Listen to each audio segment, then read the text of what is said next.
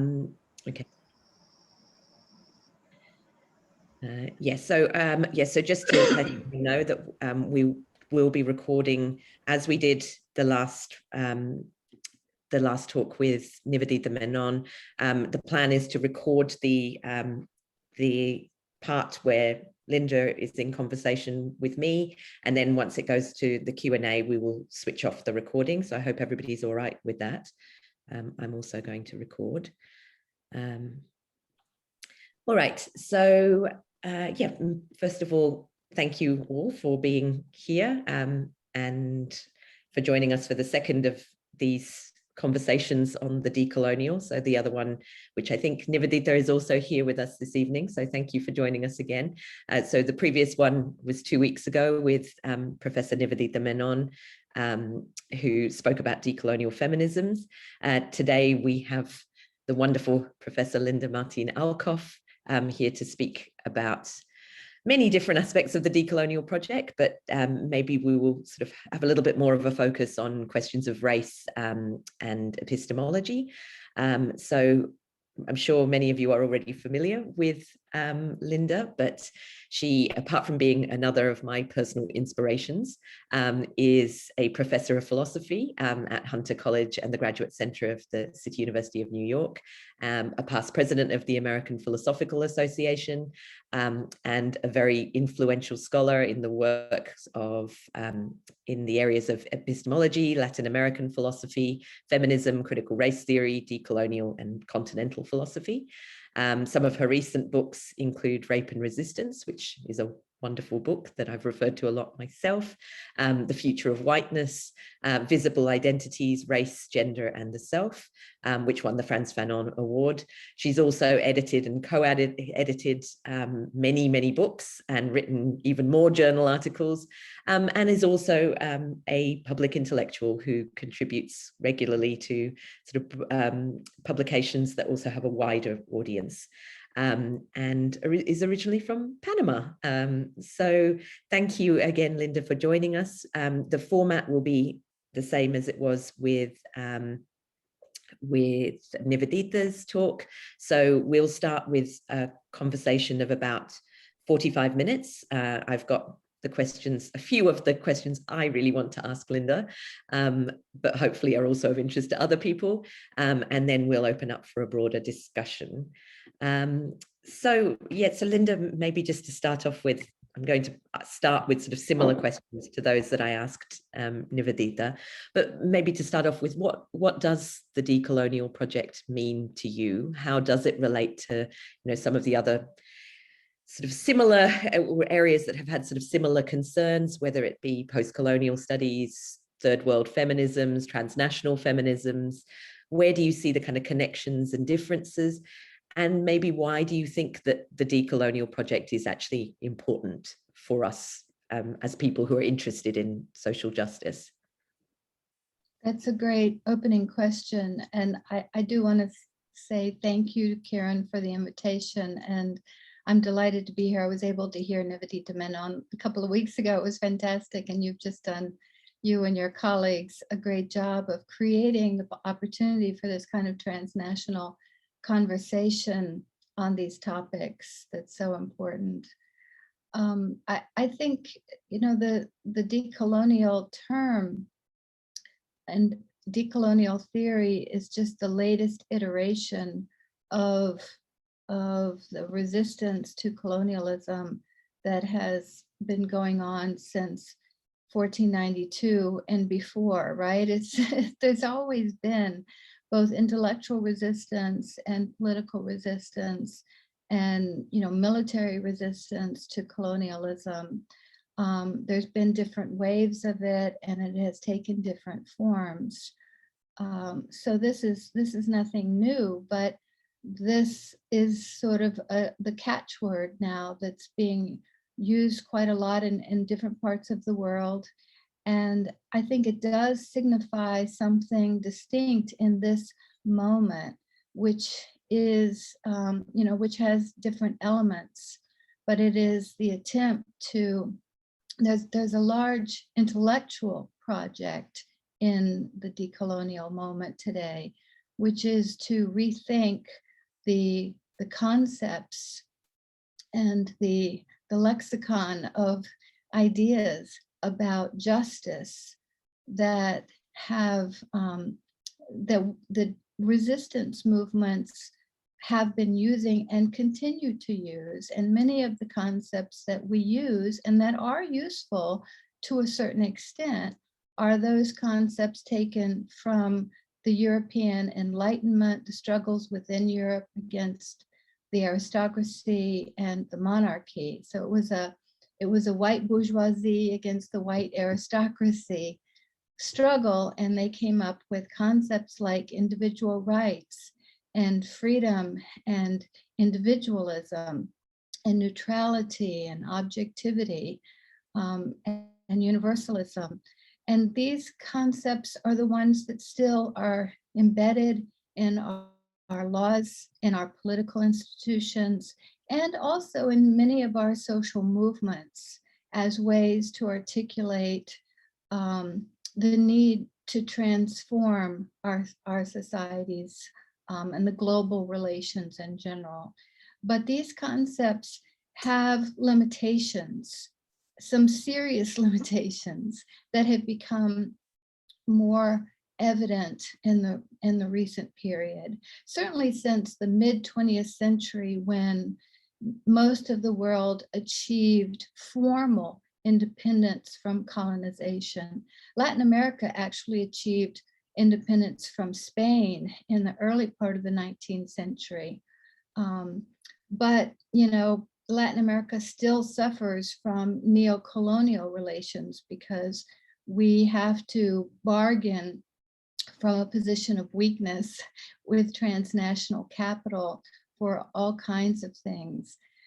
So, but formal independence provided a kind of alibi for, in a manner of speaking, for ongoing relations of injustice. People could then blame the nation states in the global South for their class inequality, for their ongoing injustice, and keep that notion of justice contained to within the nation state. And this is because these concepts that we have, one of the things that they do is they make it very hard to put historical formation on the table. So for example, the concept of neutrality, which is a very useful concept, but if you think that that is the criterion of justice, then when I am, you know, interviewing candidates for a job and I want to treat all the applicants in a neutral way, so I don't take into account their history, their social identity, their ethnic identity, and so forth, that is defined as being fair and being just. But it is absolutely a problem because it makes it impossible to put the historical forces that have created skill sets and differences among us and what we bring to the table in so many ways. Neutrality makes it impossible to bring history and historical influences and historical formations onto the table as we're thinking about justice. And you know, this is a serious problem. So the point of decoloniality today is to think about how the periods of colonization, which lasted so many centuries in so many parts of the world, created a language and created institutions and created community relations and created forms of subjectivity that are still with us today. So we are endeavoring to do a double project here. One is to critique and find all those elements of coloniality that are still with us. And second, to think of ways to change. It's not that everything needs to be thrown out. Neutrality can be a legitimate value and a legitimate practice, but to make it the universal is the problem. To see it as having utility under certain conditions rather than a kind of absolute. We take these concepts as, you know, absolutes in a religious sense. In the United States, this is a huge problem, because if you critique some of the liberal concepts, you're taken to be critiquing, you know, it's like you're throwing God out the window. And of course, concepts are simply tools we have to try to reveal certain aspects of our reality and try to make social change. So none of them are perfect, and all of them constantly, their effectiveness is embedded within a particular social and historical moment. So the way in which they're effective is very much connected to the context within which they're operating. So as that context changes, their effectivity can be altered. So, you know, the decolonial theory that is emerging from Latin America took, you know, somewhat of a departure from the post-colonial intellectual movement that emerged in the later part of the 20th century. And it wasn't based on a disagreement with everything, but it was based on a sense that we needed to think about the whole range of European empire building for the 500 years, whereas a lot of post-colonial theory was understandably focused on the 17th and 18th centuries, when Europe attempted to colonize parts of Asia. And what happened in the 17th and 18th centuries, you know, is original in many ways and important, but part of what happened in it was building on what had happened in the 15th and 16th centuries, when what was called the New World, the Western Hemisphere, was discovered and colonized by various European countries. So the kinds of institutions and practices, governmentality, as we talk about it today, bureaucratic organization of the state, management of populations, divisions of populations into ranked orders of identity, and the control of the interconnections and relationships between different identities, all of that began much earlier. So it seemed, we don't want to put Latin America as the paradigm. There is no paradigm here. There's no center here of colonization, but it is an important piece of how we understand coloniality of power, as we call it today, because it expands our understanding. And I'll give you just one example, and then let you follow up, let you get a word in, Kieran. But I think one of the key ways that it helps us to move back beyond the 17th, 18th century to the 16th century is the racialization of labor. So the conquistadors could not deliver silver and gold fast enough to satisfy the Portuguese and the Spanish crown. So very quickly, by Columbus's second voyage, they were talking about labor and how they could get extraction of resources and of value from the plentiful, at the time, labor sources in the New World.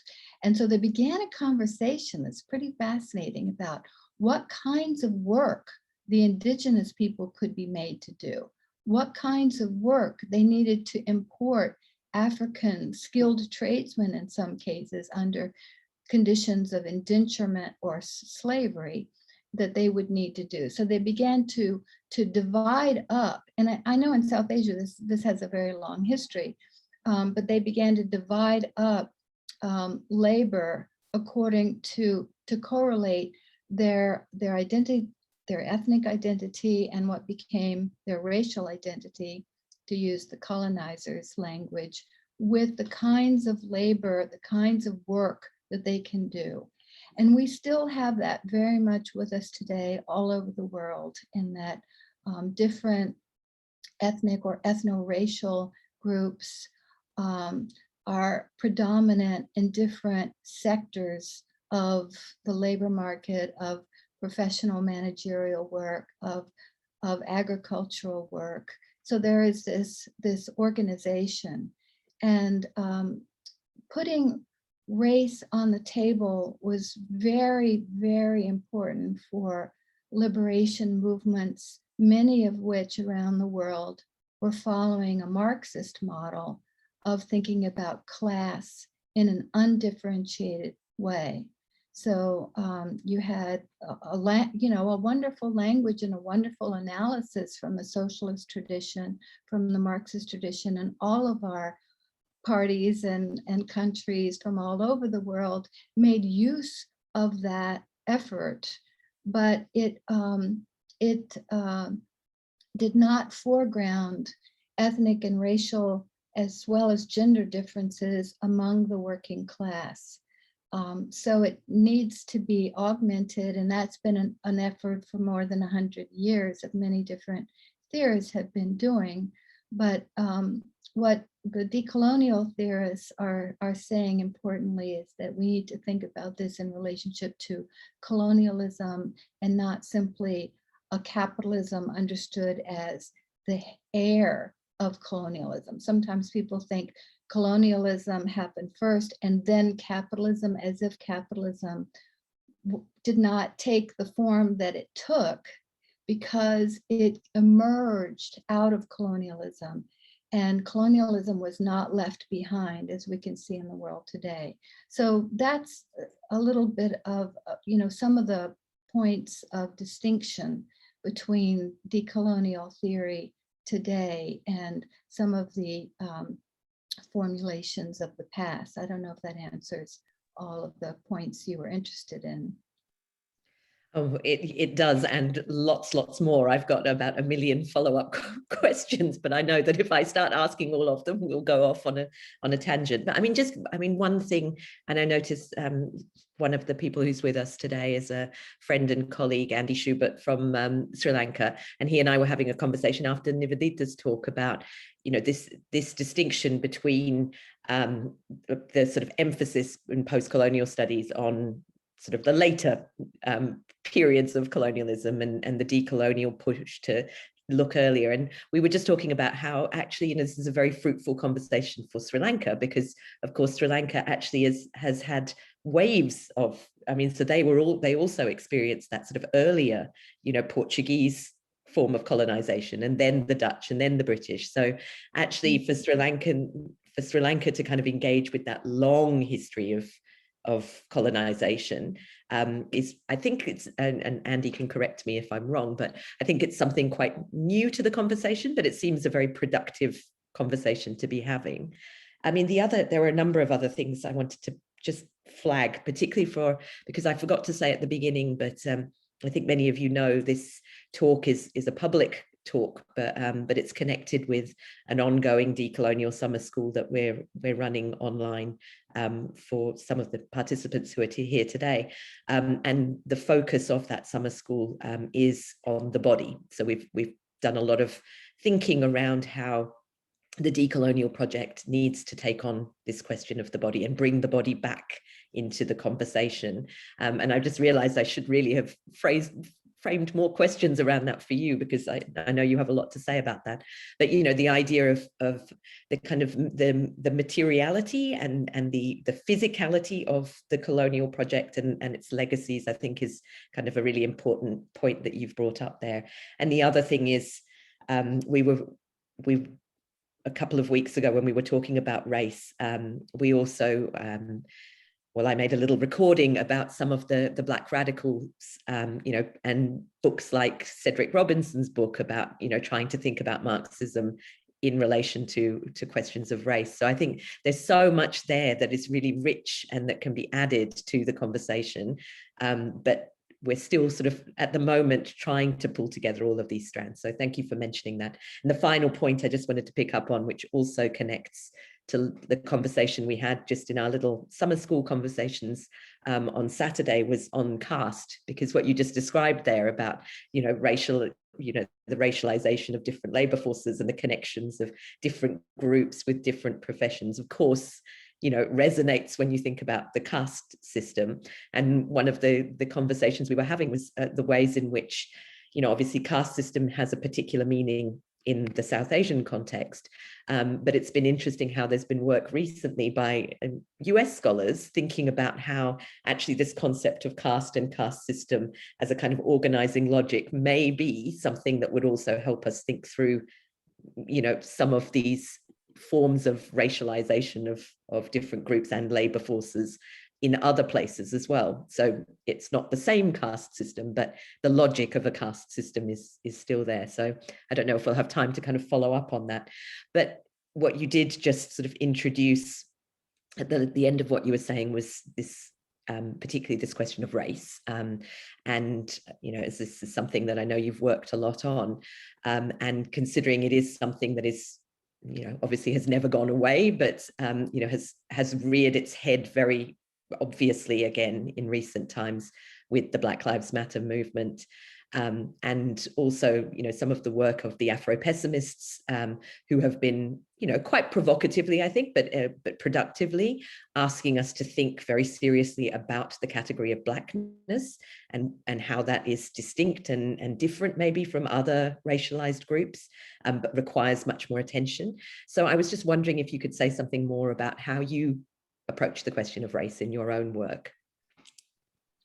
Thank you. Yeah, it's great that you focus on the body, because I think that the body has been a difficult category for theorists to engage in the last, generation or two, because of the worries about biological determinism justifying ranking systems and exclusion and differentiation in a certain way. Feminists in particular, of course, have been terrified of engaging with biology and the body often, and race theorists as well, because the body has been mischaracterized as that you could have signs, visible signs of embodiment that indicate your intellectual dispositions, your interests, your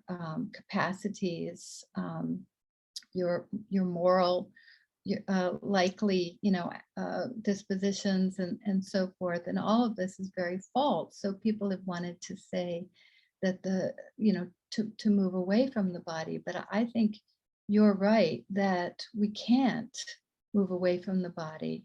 And there's different aspects of the body. Some of the aspects of the body, like those who bear the children, is a physical material differentiation that is not in and of itself grounds for oppression, but under certain social conditions are made the grounds of oppression. So that's a very significant material practice, is bearing children, as you know. It is life-changing, it is body-changing, it's very significant. It's in every society, and there are different sort of practices around it. If you contrast that with things like skin color or hair type, those things that signify ethnicity and race are so much less significant. They're just not, so important in our lives, in the way we live our lives. But they have huge significance in life today. If you have dark skin, you are subject to police violence. If you look Mexican in the United States today, and they think a lot of people look Mexican, you are subject to violence on the street and deportation if you don't have your papers with you at any, people take their papers with them to the grocery store, to get gas in their car these days if they think that they will look Mexican. So the way in which we appear, and we appear differently to different groups.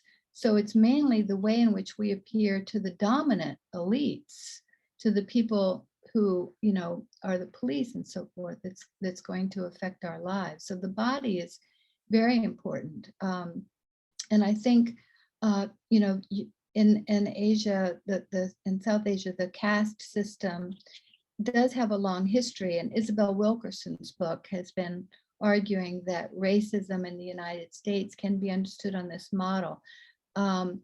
I think we have to be careful. There are lots of relationships between different systems, but we need to maintain our regional focus and our local understanding to see the very different and specific ways and ideas that people have about these different forms of ranking human difference. So I'm always suspicious of a model that tries to offer one single sort of structure that applies to all local conditions. I think we need to have, in order to have more explanatory value, you need to see the way it works in local conditions. So what does it mean to be Black, as you know, is different in the UK, is different in Brazil, is different in the Dominican Republic, is different in the United States, is probably different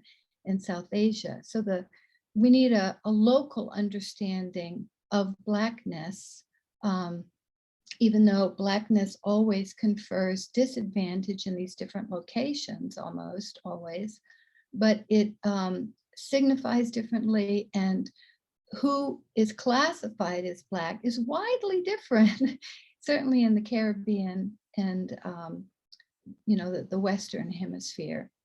So I think it's important to maintain local analyses. But what I've tried to argue in terms of race is that we understand it primarily as a historical formation.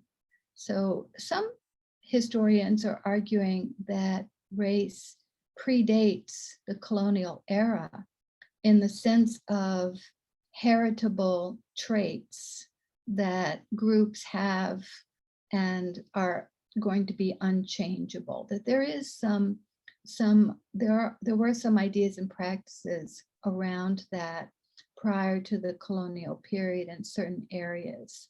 So I think this is an ongoing debate among historians that I, as a philosopher, I'm just going to read their work and follow what the latest research shows.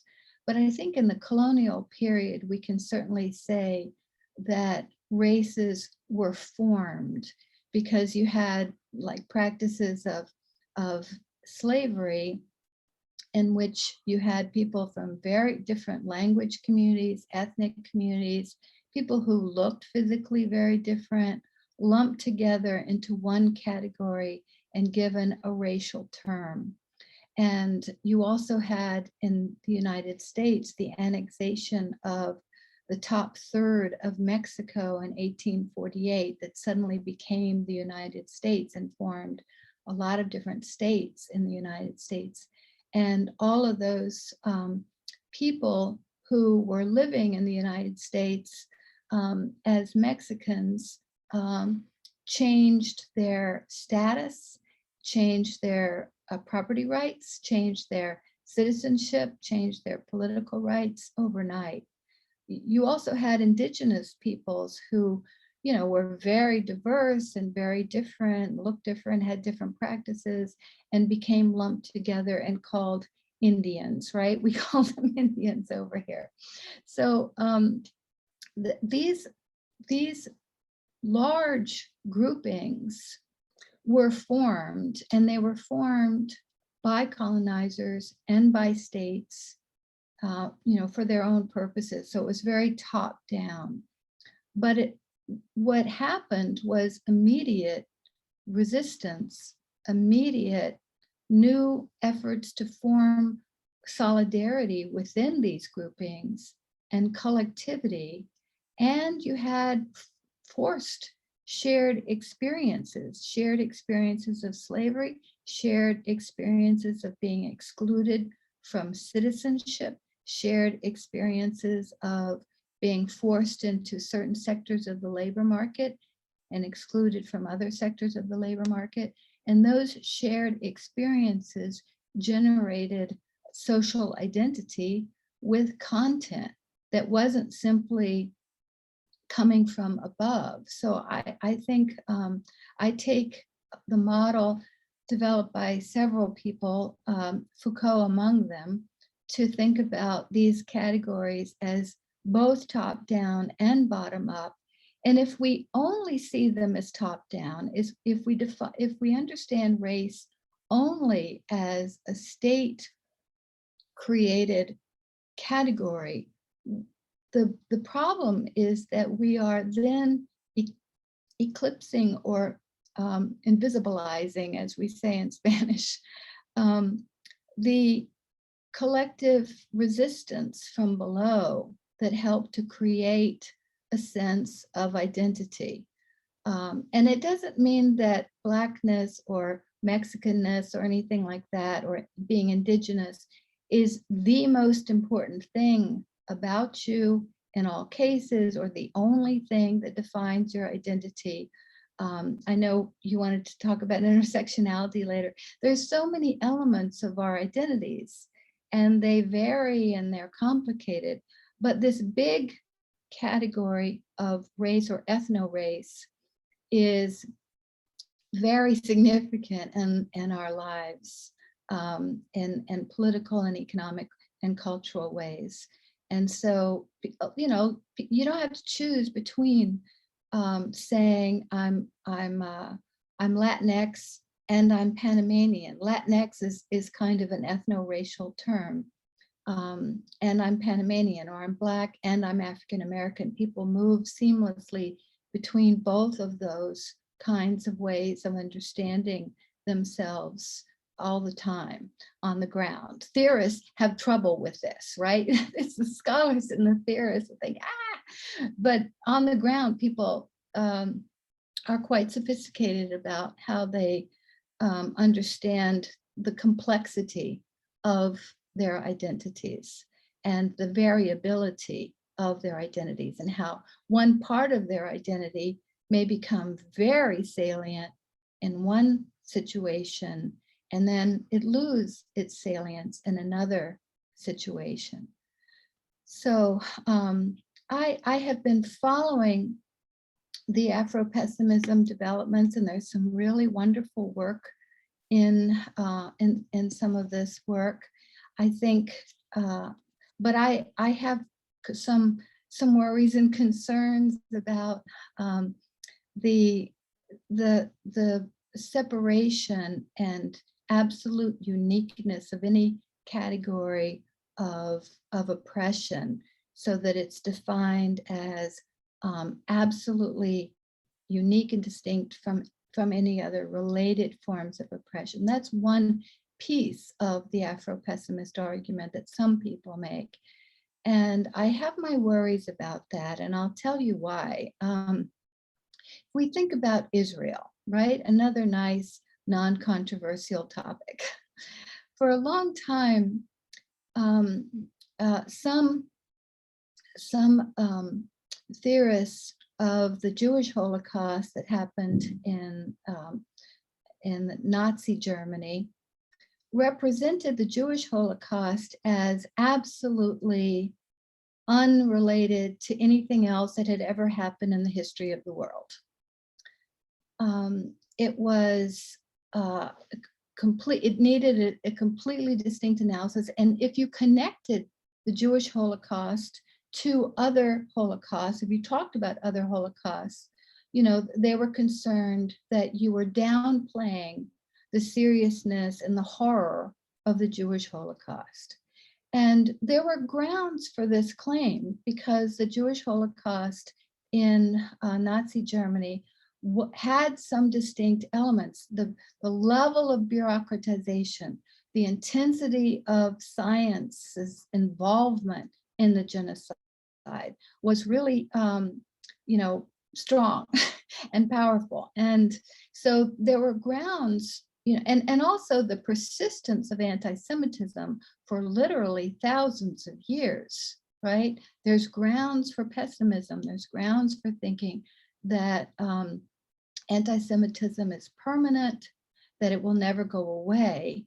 And then what some Zionists conclude from that fact is that therefore the only solution to anti-Semitism, the only way to prevent a future genocide against Jews, attempted genocide against Jews, is by militarized, state, ethnic-based, religious-based exclusivity somewhere in the world, which happened to be in Palestine, and which has caused so much horror and death.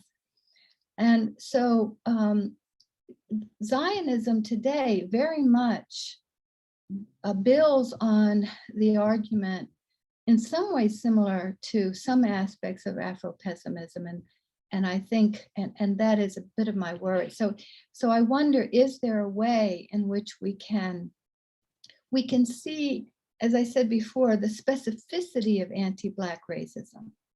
There is a specificity to it, and we should not collapse that specificity in a generalized, account of we're all oppressed in some ways. Some people, want to say everybody's oppressed in some ways, so get over it. So we need to talk about the specificity of anti-Black racism. We need to talk about the specificity of anti-Latino cultural racism, and those overlap because many people experience both at the same time. We need to talk about the specificity of ideas about Indigenous people and the ways in which they are viewed and treated, and their particular histories and their particular histories of resistance.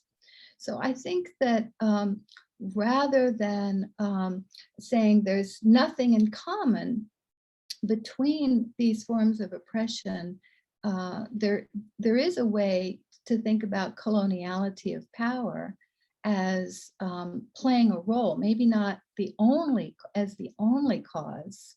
I like Stuart Hall's, multi-causal approach, but as a very powerful cause of the racial ranking of human difference and the particular articulations of human difference in particular ways that did work across different groups, but then we need very specific analyses of the forms of oppression. And the reason for that is because the solution is not going to be the same across these different groups, right? For example, for Indigenous folks in my part of the globe, in the New World, what most Indigenous folks want is land and autonomy and sovereignty over that land. They don't want inclusion in the civic institutions of the white settler state, right? That's not their goal. Their goal is acquisition of land and sovereignty in many cases. So that's a different kind of struggle than some other groups have for a multiracial, multicultural, multi-ethnic democracy that will be plurinational, as we say in Latin America, and that will be inclusive of different constituencies and different groups. So this is playing out now. It just played out in some elections in Latin America of different Indigenous groups wanting different things, some wanting civic inclusion. But the point is that the solutions, if we understand the forms of oppression as distinct, we need to also be aware that the solutions may be distinct, and then see where we can build coalition across different agendas. And I still want to hold out the hope that that is possible, despite quite differences, quite significant differences in our experiences and our agendas.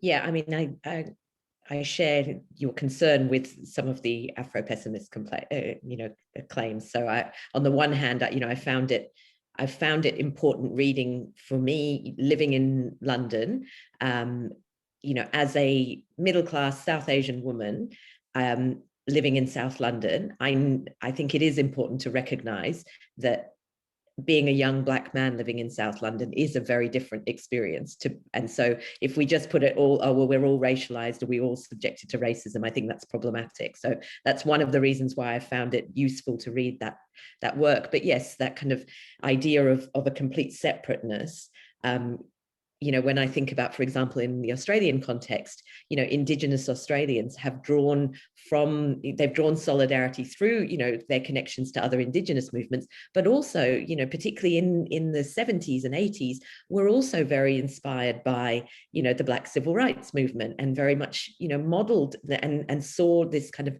banner of Blackness as also something that was important and productive for them. So to see that connection, and just to go back to our caste discussion, we were talking about how in India in the 70s, you see the establishment of the Dalit Panthers, who established themselves because they're inspired by the Black Panthers. So, and they see connections, but of course, as you also say, the specificity and the local versions of whatever the oppression is and what the response should be, it can't be taken away. And I think that constant tension between the specificity and the importance of context, but also that possibility of seeing connections and reaching out, and as you say, these kind of coalitions, I think is the exciting and productive part of the conversation, rather than trying to sort of flatten out to either we talk in these kind of universalized terms that take away all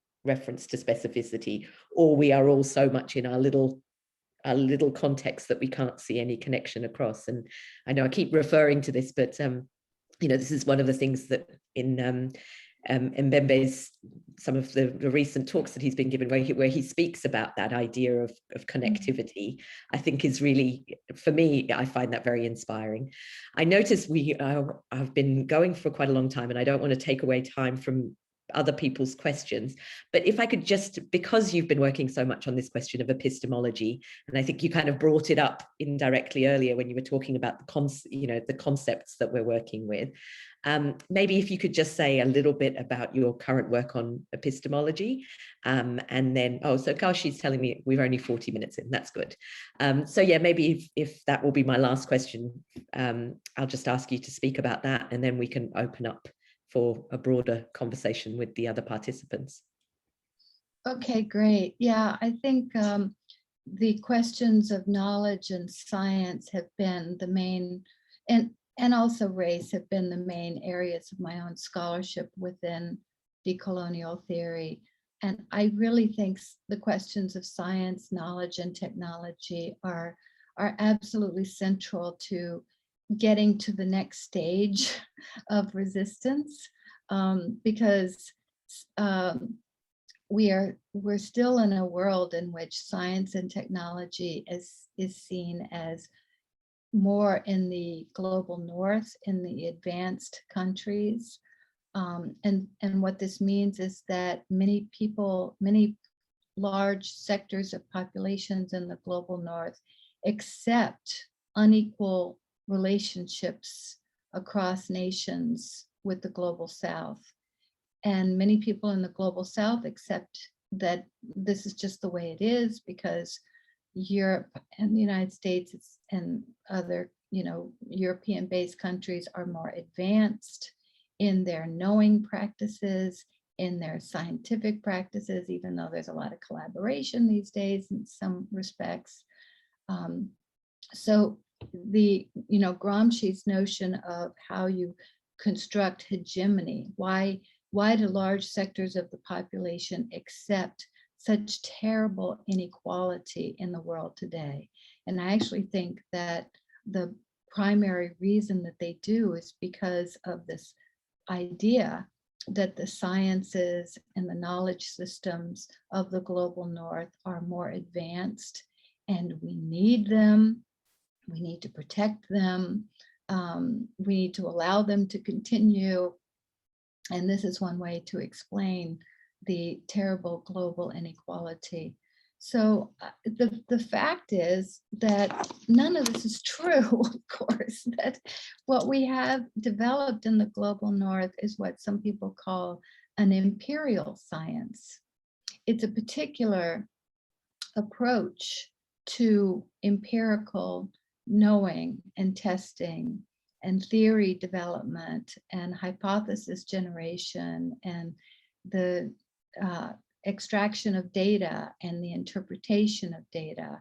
Science is a very complicated set of practices. There's a lot of variabilities, and there's particular choices that have been made in the global north science systems and science institutions that are related to its context. So one thing that people also say is that sciences are co-constituted with their societies. So the kind of science you have is co-constituted by the kind of society you have. And it can be quite different. If you have an extraction model toward resources, that engenders a certain kind of science. Whereas if you have a regeneration model of agriculture in which you're thinking about how can I fish this area, how can I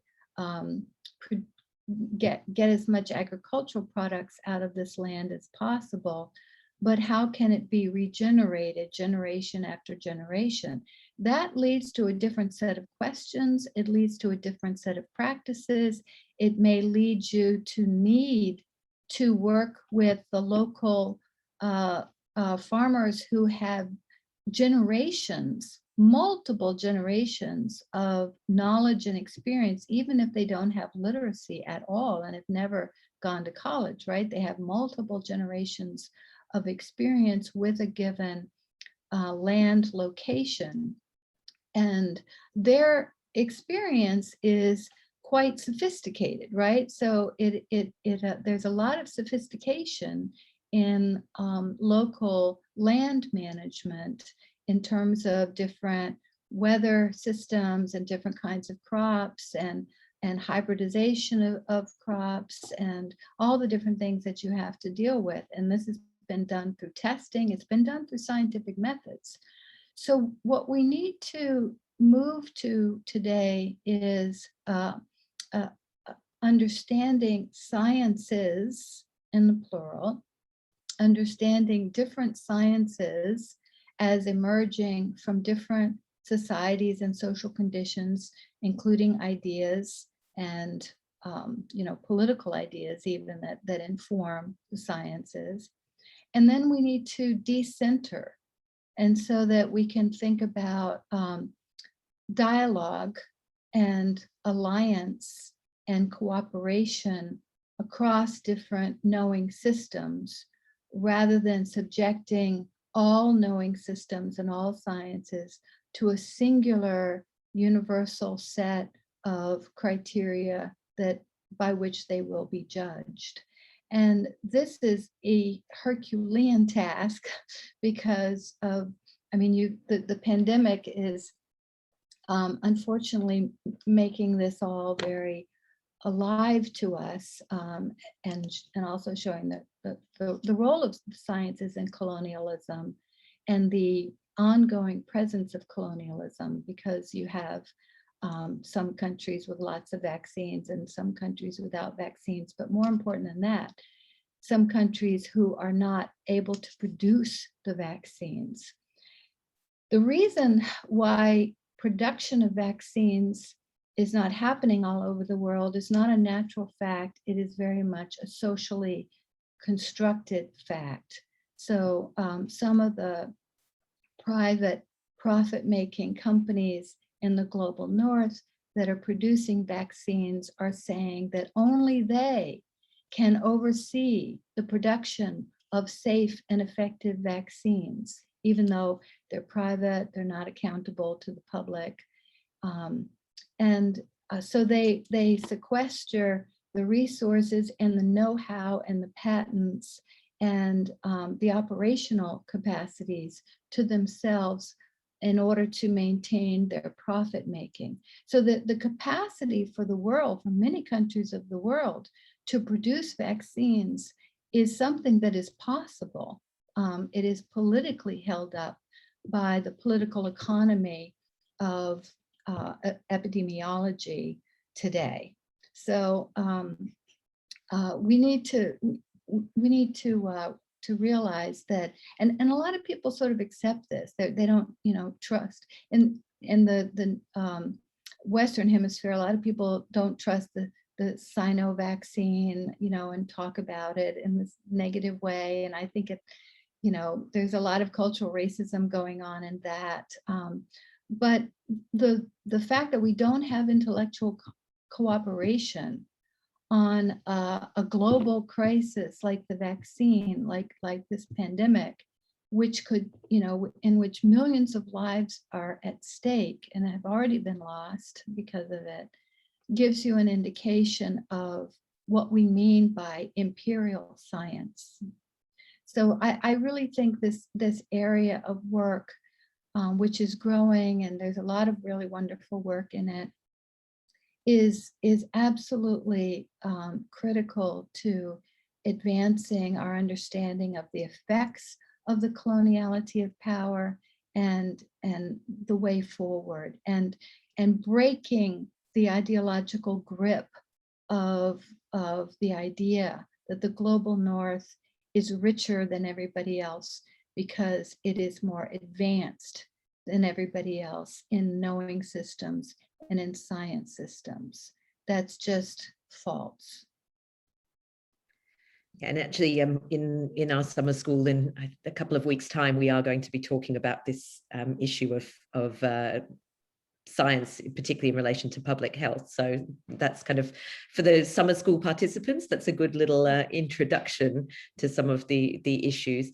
But also, I think what you've just said resonates very much with what Jaishankar mentioned right at the beginning, the work that his Third Eye Collective have been involved in Batticaloa has been a lot about actually documenting and recognizing and valorizing local knowledge systems, and also kind of showing all the ways in which those have been undermined by the processes that you're referring to.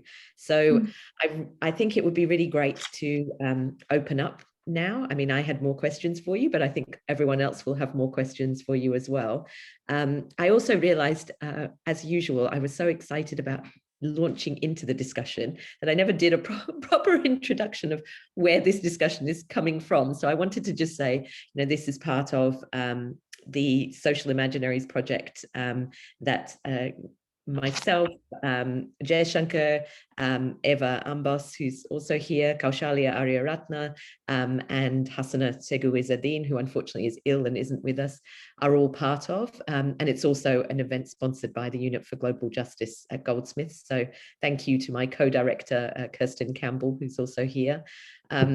Just because I didn't actually do that introduction, I'm sorry, I should have done that at the beginning.